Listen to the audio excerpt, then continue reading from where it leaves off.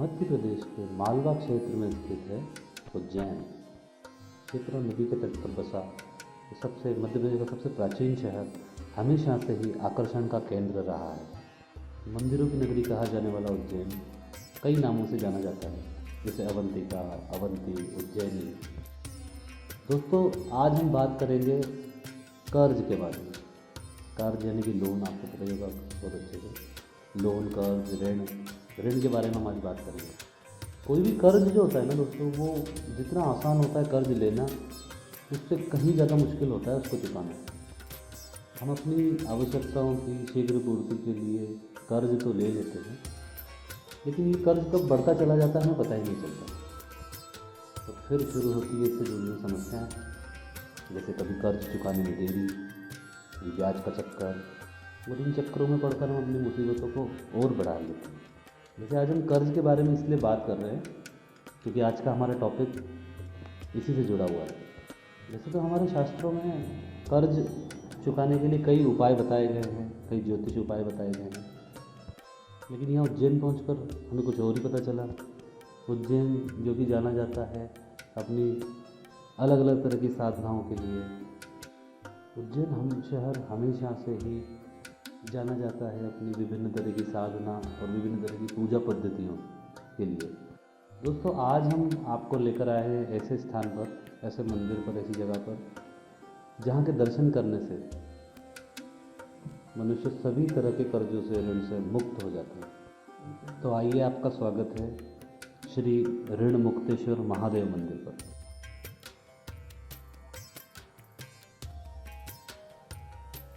महाकाल, यहाँ ऋण मुक्तेश्वर धाम पर एक गौशाला भी स्थित है, और जिसकी यहाँ गौ माता की गुरुजी सेवा करते रहते हैं। तो आइए हम गुरुजी से जानते हैं इन गायों के बारे में। आइए।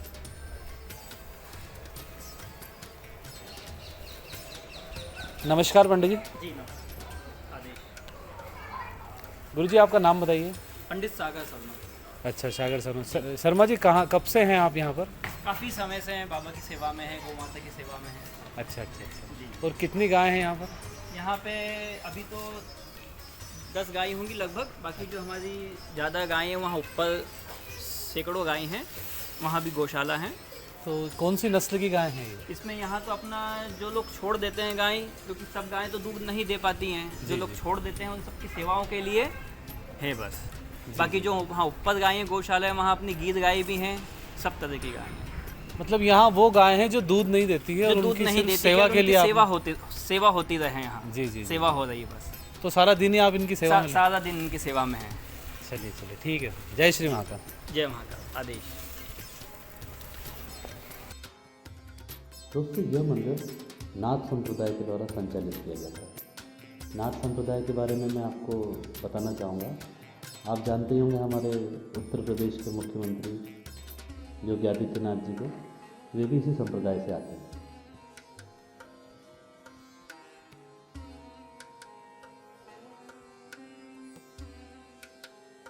श्री महाकाल, ये ऋण मुक्तेश्वर महादेव है।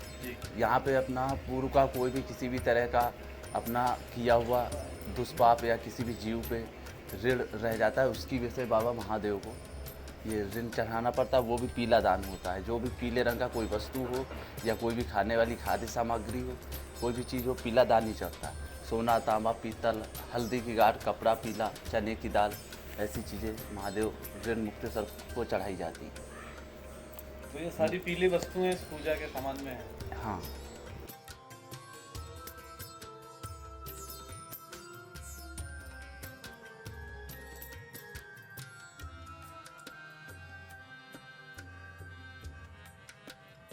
ये देखिए दोस्तों, यहाँ की गौशाला।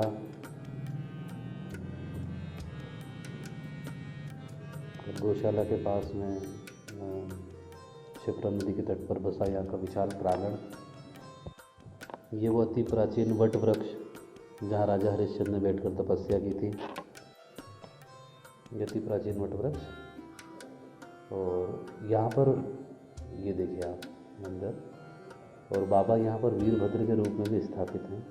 तो नीचे जो आप देख रहे हैं, ये है राजा दक्ष का कटा हुआ सर। बाबा भैरव यहाँ वीरभद्र स्वरूप में स्थापित हैं। कितना सुंदर दृश्य है, कितनी शांति है यहाँ पर। ये पतित पावनी माँ शिप्रा का घाट। वैसे ये तो सच है, यहाँ अगर आप अपनी चिंताओं से तो ज़रूर मुक्त हो जाएंगे, क्योंकि बहुत ही अच्छे समय पर हम यहाँ पहुँचे हैं कि यहाँ आरती की तैयारी हो रही है। प्रतिदिन शाम को यहाँ महाआरती होती है। पूरी देखिए आप महंत जी को जो आरती की तैयारियों में लगे हुए हैं। यह है यहाँ के गादीपति आदित्यनाथ जी, माफ़ कीजिएगा, योगी महावीर नाथ जी। महावीर नाथ जी बहुत ही कम उम्र में यहाँ पर आ गए थे। इन्होंने अपने परिवार को सबको त्याग कर गुरु दीक्षा ली थी। और इन्होंने बताया कि बहुत ही कठिन इनकी परीक्षा ली गई थी दीक्षा लेने से पहले, और उसमें पास होने के बाद ही इनको दीक्षा दी गई थी इनके गुरु द्वारा। इनके गुरु जी श्री रामनाथ जी, पीर रामनाथ जी यहीं पास में भरतरी गुफा पर मौजूद हैं। वो वहाँ का संचालन करते हैं। लेकर चलेंगे हम आपको अपनी नेक्स्ट वीडियो में, वहाँ के बारे में बताएंगे। संभव हुआ तो महात्मा जी से मिलाएंगे। ये देखिए एक विशेष प्रकार की पूजा यहाँ की जाती है। यहाँ की जो आरती है ये और जगह जो आरतियाँ होती है उससे थोड़ी अलग होती है। नाथ संप्रदाय के तौर तरीक़ों से यहाँ पूजा पद्धति से की जाती है। और जैसा कि महात्मा जी ने बताया कि यहाँ वंशवाद परंपरा नहीं होती। यहाँ गुरु शिष्य परंपरा के हिसाब से ही गादीपति चुने जाते हैं, स्थान के संचालक चुने जाते हैं। नाथ संप्रदाय एक ऐसा पंथ है जो हठ योग की साधना पद्धति पर आधारित है। भगवान महाकाल शिव इस संप्रदाय के प्रथम गुरु और आराध्य माने जाते हैं। इसके अतिरिक्त इस संप्रदाय में अनेक गुरु हुए, जैसे गुरु मत्स्येंद्र नाथ जी और बाबा गोरखनाथ जी, जो काफ़ी प्रसिद्ध हुए। नाथ संप्रदाय जो है ये समस्त देश में बिखरा हुआ था। बाबा गोरखनाथ जी ने इस संप्रदाय का एकत्रीकरण किया, इसी योग पद्धति साधनाओं का किया। अतः इसके जो संस्थापक हैं वो गुरु गोरखनाथ जी को माना जाता है। ये आरती से पूर्व की तैयारियाँ चल रही हैं। पुराणोक्त मान्यता है कि जिस वटवृक्ष के नीचे बैठकर राजा हरिश्चंद्र, सत्यवती राजा हरिश्चंद्र के नाम से हम उन्हें जानते हैं, तो जिस वटवृक्ष के नीचे राजा ने बैठे और आकाशवाणी सुन के उन्होंने तपस्या की, ये वटवृक्ष यहाँ मौजूद है आज भी। और इस वटवृक्ष के नीचे बैठकर उन्होंने तपस्या की थी और भगवान महाकाल को प्रसन्न किया था। महाकाल भोलेनाथ यहाँ प्रकट हुए और उन्होंने राजा को ऋणों से मुक्त किया, क्योंकि राजा के वो ऋण था एक कर्ज, और वो था महर्षि विश्वामित्र का। महर्षि विश्वामित्र ने उनका राजपाट सब कुछ ले लिया और इसके बाद भी दक्षिणा उनकी रह गई। उन्होंने दक्षिणा में मांगा एक गेंडे के भार के समान स्वर्ग। इस दक्षिणा को चुकाने के लिए राजा हरिश्चंद्र ने अपनी पत्नी, अपने पुत्र को भी बेच दिया, लेकिन उसके बाद भी वो ये ऋण चुका नहीं पा रहे थे। अंत में व्यथित हो गए, परेशान होकर उन्होंने भोलेनाथ को याद किया, यहाँ बैठकर तपस्या की। भगवान भोलेनाथ प्रकट हुए। उन्हें भगवान ने उनको मन वांछित फल दिया। एक गेंडे के भार के समान स्वर्ण उनको प्रदान किया, जिसे ऋषि विश्वामित्र को प्रदान करके राजा अपने ऋणों से मुक्त हुए। जिस स्थान से भगवान प्रकट हुए थे, जिस स्थान पर, उस स्थान पर बाद में राजा हरिश्चंद्र जी ने भोलेनाथ की स्थापना की और नाम रखा गया इस स्थान का ऋणमुक्तेश्वर मंदिर। भगवान शिव ने राजा को वरदान भी दिया कि जो भी व्यक्ति यहाँ पर पूजन अर्चन करेगा, और पीली पूजा का विशेष महत्व है, तो पीली पूजा करेगा, वो अपने सभी ऋणों से मुक्त होगा, अपनी सभी चिंताओं से मुक्त होगा। और जीवन में जिस तरह राजा ने पुनः अपने वैभव को प्राप्त किया, अपने साम्राज्य को प्राप्त किया, उसी तरह उसके जीवन में ऋणों से मुक्त होने के बाद पुनः समृद्धि की प्राप्ति होगी, वैभव की प्राप्ति होगी। यदि आपको या आपके किसी परिचित को, संबंधी को, कोई भी यदि किसी को ऋण से परेशान है, कर्ज से परेशान है, तो हमारी सलाह माने तो एक बार अवश्य यहाँ पधारें, यहाँ पूजन अर्चन करें। और बाबा भोलेनाथ आपको सभी कर्जों से, चिंताओं से, सभी से मुक्त करें। जय श्री महाकाल।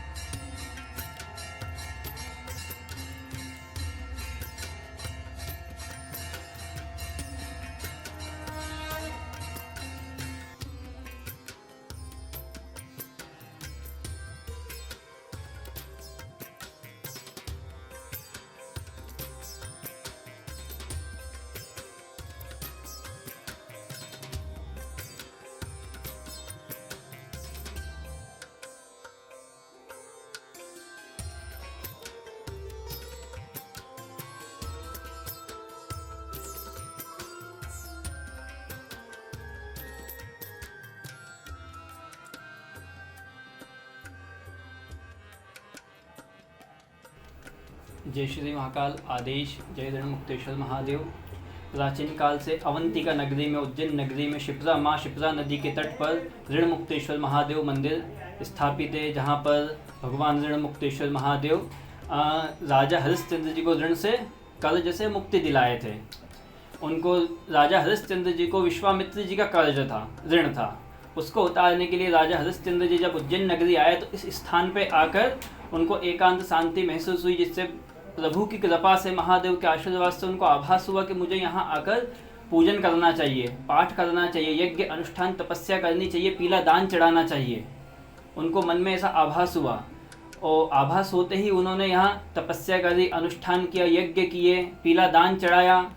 पीले दान में अपना पीले कपड़े में चने की दाल, हल्दी की गांठ, गुड़, श्रीफल और स्वर्ण या स्वर्ण की जगह पीली धातु भी चढ़ाई जा सकती है। जब उन्होंने यहाँ पूजन पाठ किया, जिससे महादेव प्रसन्न होकर एक गेंडे के भार के समान स्वर्ण प्रदान किया, जिससे ऋण मुक्त हुए और आशीर्वाद दिया, राजा तुम्हें अपना राजपाट प्राप्त हो जाएगा, अब तुम ऋण से मुक्त हुए हो, ये तुम्हारा परीक्षा काल था।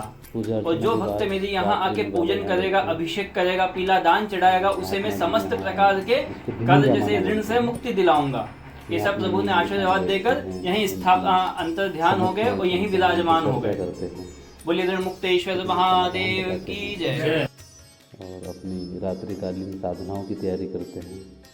बहुत अच्छा लगा यहाँ आकर के, महात्मा जी के साथ समय बिताया, पूजा की, अर्चना किया, तो बहुत अच्छा समय बीता हमारा यहाँ पर।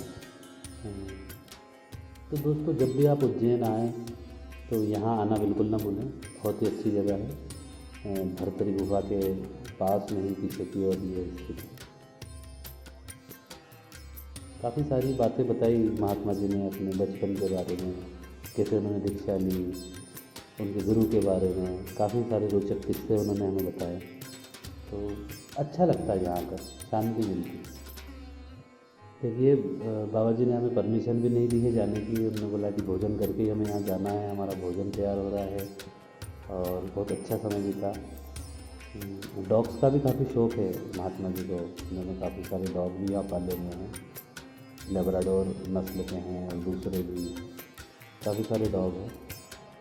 कम ही ऐसे देखने को मिलते हैं संत, इतनी युवावस्था में परिवार को त्यागना, सब त्यागना, ऐसी जगह पहुंचना, बहुत क्या कहेंगे इसे, महाकाल की कृपा ही कह सकते हैं। जय श्री महाकाल दोस्तों, जय श्री महाकाल।